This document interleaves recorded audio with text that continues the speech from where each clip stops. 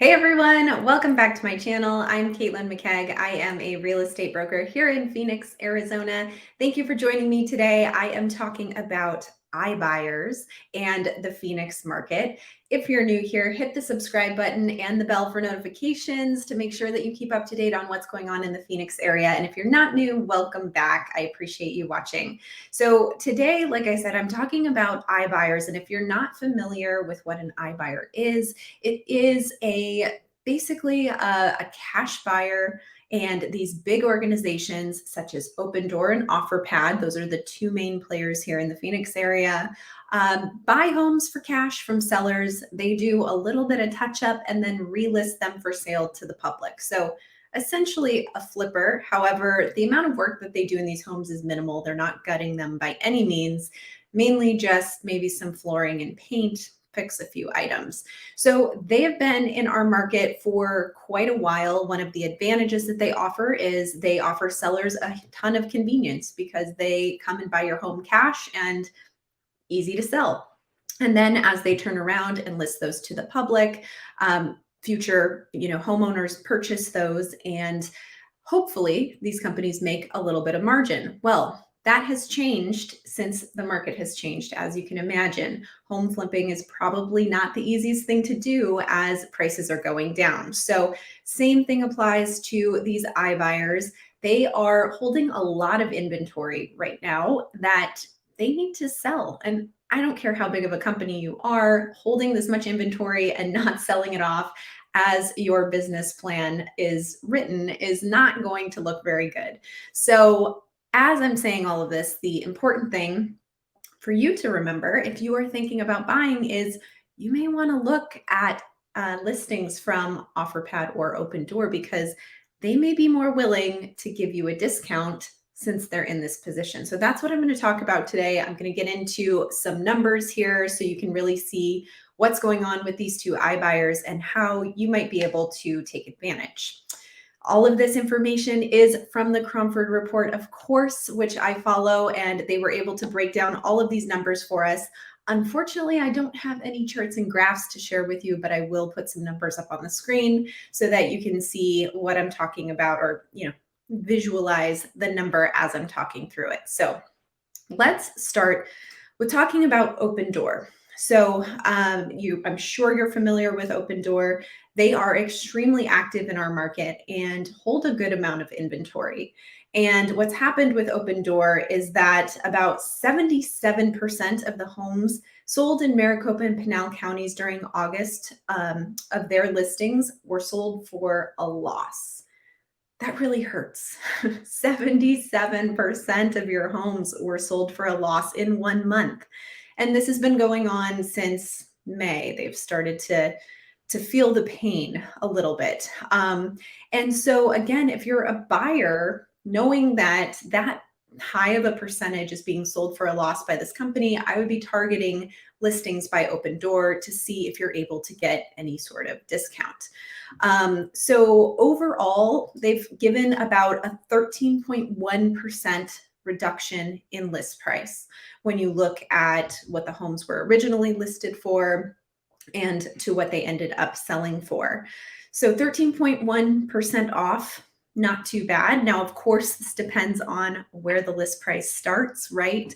Oftentimes I see that their list prices are astronomically high. So even to get 13% off may not be still in the realm of possibility. However, clearly they are discounting quite a bit, and that is a good thing. Now, with that also comes concessions, which they are also giving to buyers.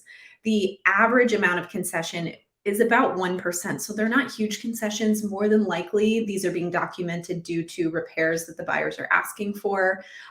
So they are giving some money for repairs. However, they have had some concessions up to 5.6%.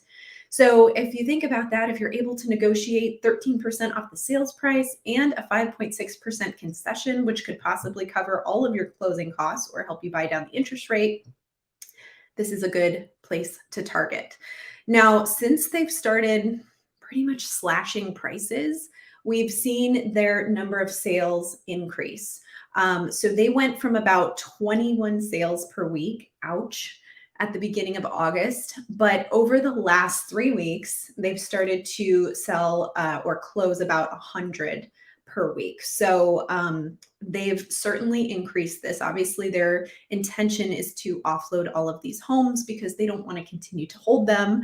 That's not making them money. So, and oftentimes they're taking these big losses, but selling a lot per week. So at least we know they're here to play, right? They're ready to get these sold. They have about 1,500 to 1,600 active listings on the market right now, which is about 4 months of inventory. So if they don't buy any additional homes, they won't sell off all of their inventory until probably the end of the year. So they certainly need to start moving this along. Otherwise, they're holding a lot. Now, this does bring up the question of how is this affecting our market, right? So if we have a company that owns a good amount of homes in our market and they're just slashing prices, obviously that is going to affect the overall value of homes in our area. And so there certainly has been a big difference in their average price per square foot sales as compared to the rest of the market. In May, their average dollar per square foot sale was $256 per square foot. And then as of September, they're down to $229 a square foot. So it's about a 10% difference from May to September. But if you look at like normal sales throughout the valley, we've gone from 268 a square foot down to 256 a square foot, which is only about 5%. So they're double what the rest of the valley is. And, you know, that's all getting factored into our market in general. Now, something that the Cromford report did mention that they had heard. So I don't know if how factual this is, but they had heard this from an appraiser, that appraisers are actually looking at sales from Opendoor and OfferPad when they're doing their appraisals and considering them distressed sales. So the weighting that they have of those in their report is not quite as high as a normal sale. So that's interesting. I don't know if every appraiser is doing that, and I don't really know, who specifically or how many are doing that, but that was word on the street that they're being accounted for in that way. So in some ways, that's a good thing because it will keep our values up in general. In other ways, that is not allowing for prices to come down quite as much if that's being done on a mass scale. And then, that affects our affordability. So interesting to see. So they have 10% price drops and then the rest of the market about 5%, and all of that since May, since the market changed. Now let's talk about OfferPad. They are smaller than Opendoor. They've also been much more conservative in their process of buying and selling homes. And so in August, OfferPad sold only about 39 homes. And like I said, they've always been a little bit smaller than Opendoor, but that is their lowest number of total sales since April of 2018. So they've certainly taken a step back. Seeing that they're having lower sales, I would assume that maybe they're not giving as many discounts to be able to get these homes sold. Not sure if that's exactly why, but they're definitely not at the rate that Opendoor is in terms of sales. And so OfferPad has about 10 months of inventory. So remember, Opendoor has 4 months of inventory. OfferPad has 10 months of inventory. The Valley as a whole is about 3.6 months of inventory. So on both of these, they are holding more inventory than we're seeing, that balance in the Valley altogether. So moral of the story here, guys, if you are a buyer looking to find a deal, maybe start by filtering for these iBuyers because they may be a little bit more inclined to give you a discount. Not entirely sure. So from my perspective, I just got a client under contract with Opendoor last weekend. We did negotiate the price about $20,000 off the list price.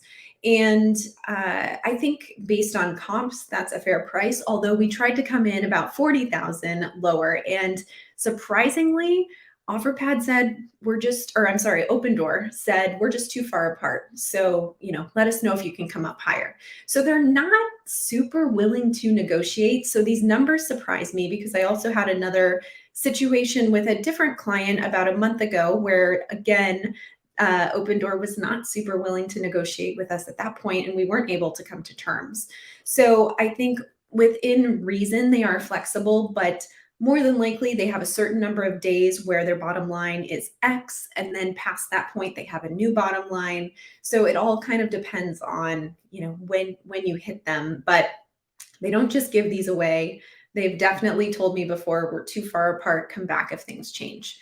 So it's not a breeze, but clearly the numbers are showing about 13% lower than their list price is where things are ending up. So I hope all of that's helpful for you, depending on what you're trying to do out there. And of course, if you have any questions, you can reach out to me anytime, call, text, or email. Check the description below. I have a link to set up a time to chat with me. Also a link to search my MLS, get your relocation guide, and check your instant home value. So make sure to use all of those tools if any of that's helpful. Thanks for joining me on this Friday. I hope you guys all have a great weekend, and I will see you on Monday with another market update. I'm Caitlin McKegg with the Desert Dreamers team at HomeSmart.